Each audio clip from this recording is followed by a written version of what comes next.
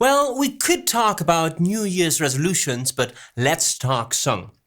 First of all, let me thank you for the first video that not only crossed the 1000 views mark, but also the 2000 views mark. It's the analysis of Jacob Collier's Little Blue. What a fantastic song. Thank you for your support and your very, very friendly comments. After almost 30 years, the Beatles have released new material. I'm saying material, I'm not saying song, because in fact I don't think it's a song. In this video we are going to take a look at Now and Then by the Beatles, and I'm going to give you 4 reasons why I don't think that this is actually a song. It would have needed some work. Of course, I know it's because of the original recording by John Lennon, and they couldn't really change big things, and also they wanted to kind of keep the spirit of John Lennon and not make any decisions without him. But still, the song would have needed some work if it was supposed to be a song.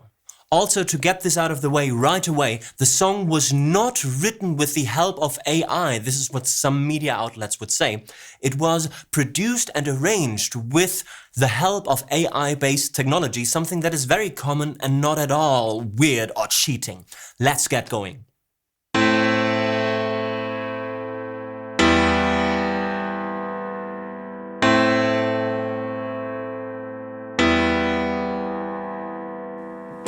I know it's true, it's all because of you, and if we make it through, it's all because of you.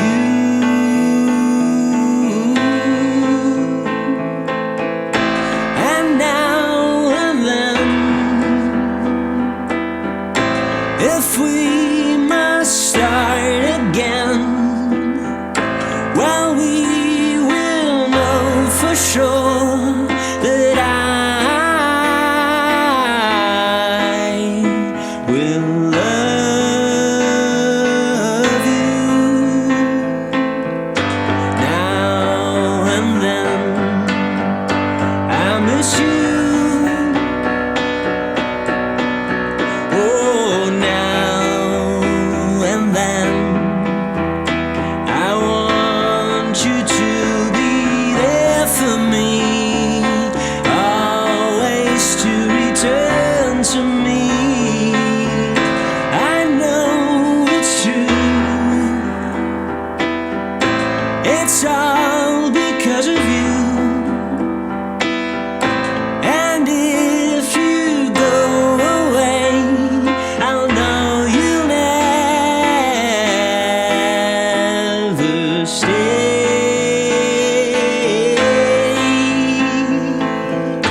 Now and then, I miss you. Oh, now and then, I want you to be there for me.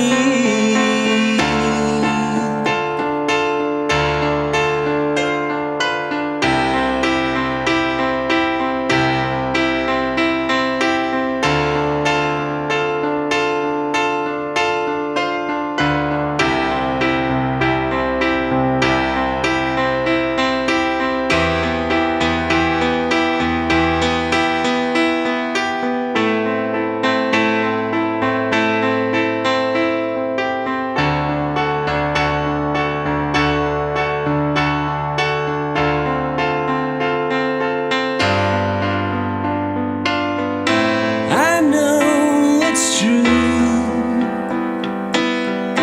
it's all because of you. And if we make it through, it's all because of you.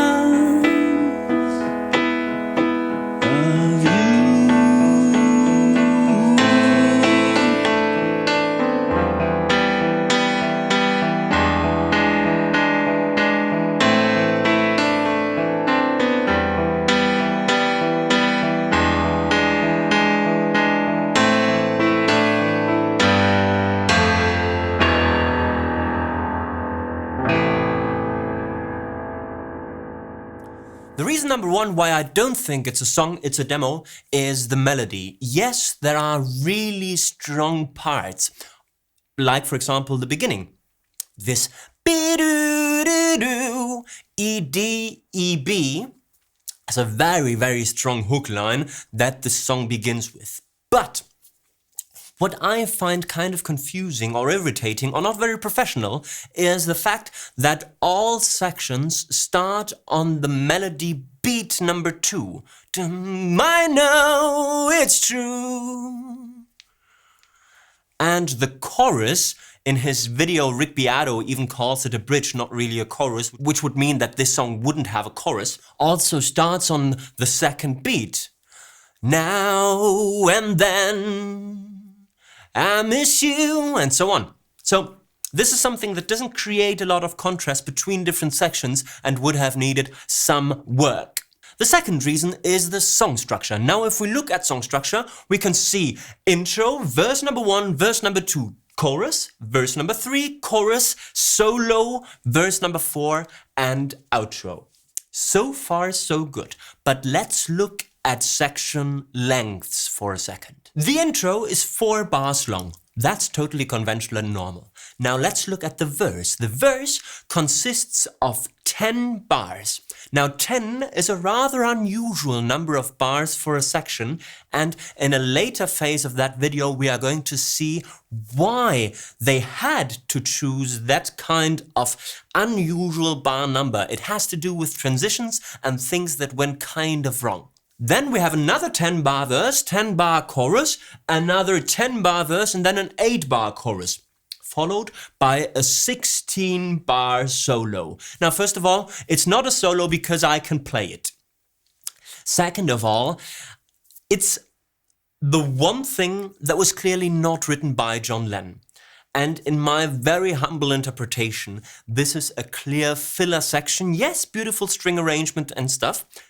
Beautiful arrangement, but written as a section, not really something that adds to the value of the song, right? 16 bars that just are a filler, if you ask me.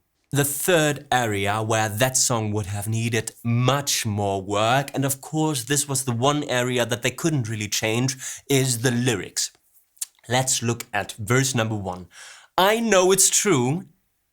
That's basically the equivalent of woke up this morning, I'm sorry. This is a line that doesn't mean a single thing and it's the first line of the song. I know it's true, doesn't mean shit. Try and avoid that. By the way, if you want to find out how to improve your lyrics and especially how to avoid woke up this morning lines, then please go and get the complete guide to songwriting by Humble Mr. Me and Henning Pauli, available at spectreacademy.net, link below. Verse number 1 continues with, it's all because of you, and if I make it through, it's all because of you. Second and fourth line are the same, and the rhyming pattern that we seem to establish is an A, very boring rhyming pattern, all ooh rhymes. Now, verse number 2 directly goes and breaks the established rhyming pattern from verse number 1. Here it's, and now and then, if we must start again, a couplet. Well, we will know for sure that I will love you. X, or X and the A from verse number 1 not really followed through with the rhyming pattern. Another thing that struck me was the weird phrasing with certain long syllables that shouldn't be long. Like, for example, it's all because of you. This prolonging of the because thing is only there for melodic purposes, and the lyrics don't support that prolongation of the syllable. Also, it's with that I will love you. And the cringiest ending of the verse, in my opinion, is I'll know you'll never stay. What's that? Never stay. I think it's very, very weird phrasing that could have been avoided. Also, we have totally nonsensical combination of lines. It's, for example, well, we will know for sure that I will love you. Very big confusion with personal pronouns there. Well, we will know for sure that I will love you. It's not really thought through, right? Another example. I want you to be there for me, always to return to me. What does it mean? I want you to be there for me is stay here. Always to return to me means you have left and have to return. So the lines don't really go well together. It's clearly just a doodle of lyrics and nothing that is really worked on. My favorite nonsensical combination of lines, or it's actually great sense, but very, very obvious and not really skillful. And if you go away, I'll know you never stay. And if you go away, I know you'll never stay. So lyrics, all in all, are very, from the technical side, but also from the poetic side, not really skillful, right? It's plain and cheesy words without any kind of depth, and also the arrangement of the lines doesn't make a lot of sense, I'm sorry. But if you ask me, the worst part or the worst element of the song is the transitions from one part to the next. And this is something that they could have actually repaired because they had the isolated sound file from John Lennon's voice only. So this here is an issue of arrangement and harmony, so they could have fixed stuff here. Before we look at the individual transitions, it's important to note that the song is in the key of C major, or even better, A minor. Now, we begin the song with two verses, one after the other. And the way that we transition from one verse to the next is by ending on A minor and going to A minor. So there is no tension at all. Let's look at this transition. It's all because of you. So we are home here, and then we start with and now and then. So we had already entered a relatively stable home and don't really build tension towards the next section, which would be verse number 2. Then the weirdest transition is the one from the verse to the chorus. Verse number 2 also ends on A minor, just like verse number 1, but then the first chord of the chorus is a G.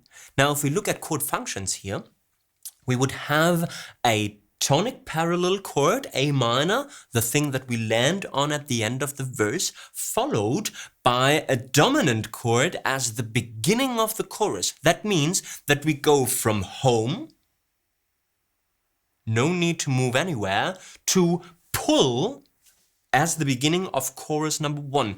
It also sounds rather strange, and it's not really something that leads us towards the chorus. It's a beautiful surprise, if you will, but it's not very conventional. And I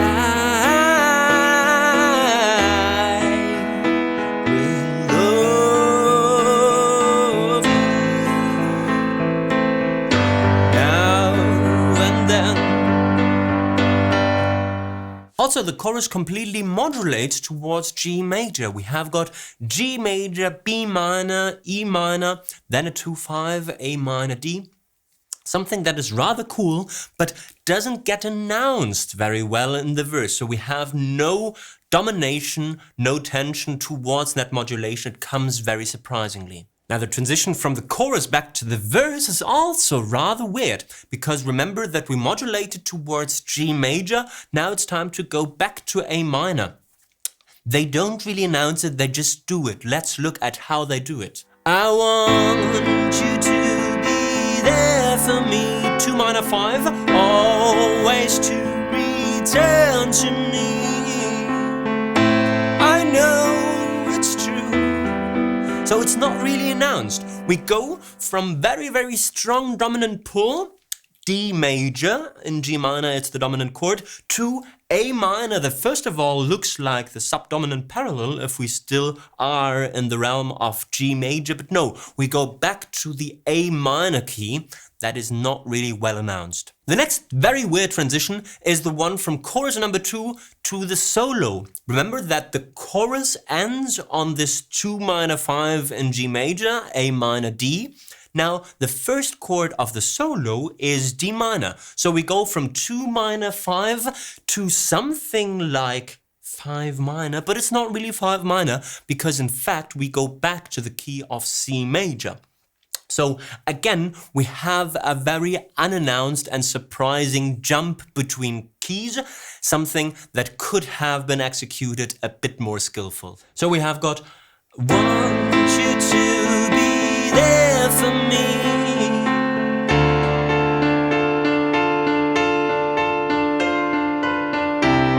Then it's 2 minor 1 for the first couple of bars, some other things later, and we modulate within the solo, really cool bits, but also the transitions are not very skillful. The first professional transition that we have is the one that goes from the solo to the last verse. Again, the solo sounds like a completely new section that has nothing to do with the original demo tape of John Lennon. So we leave the solo with D, D minor and G, and from that G we go to the A minor, so we have got a 2 minor 5 and C major before, we go to the A minor, that is the starting chord of the last verse. Let's listen to that deceptive resolution.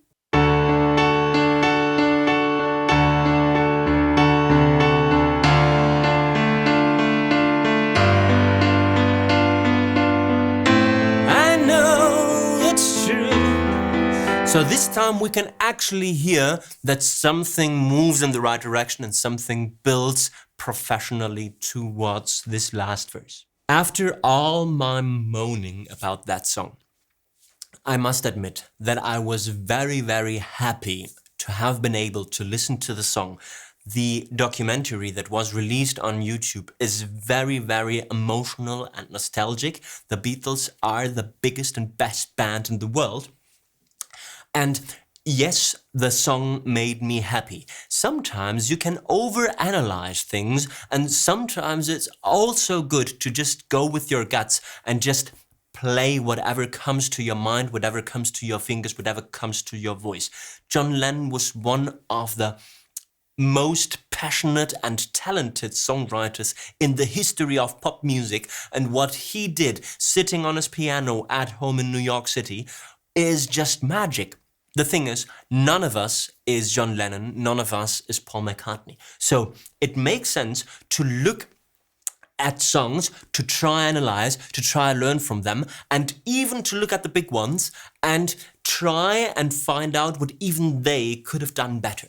I hope that no one gets offended by this video. Maybe it's even good to be offended by a video sometimes because then it gets more views. As always, if you like this, please make sure to give me the thumbs up, to leave me comments, suggest songs that you would like me to analyze, or just tell me what you think of this specific video. Also make sure to subscribe to the channel, to do all the great things that really help me grow the YouTube channel and this big adventure that I'm on. I guess we've talked song, you can talk about New Year's resolutions now. I know it's true. It's all because of you.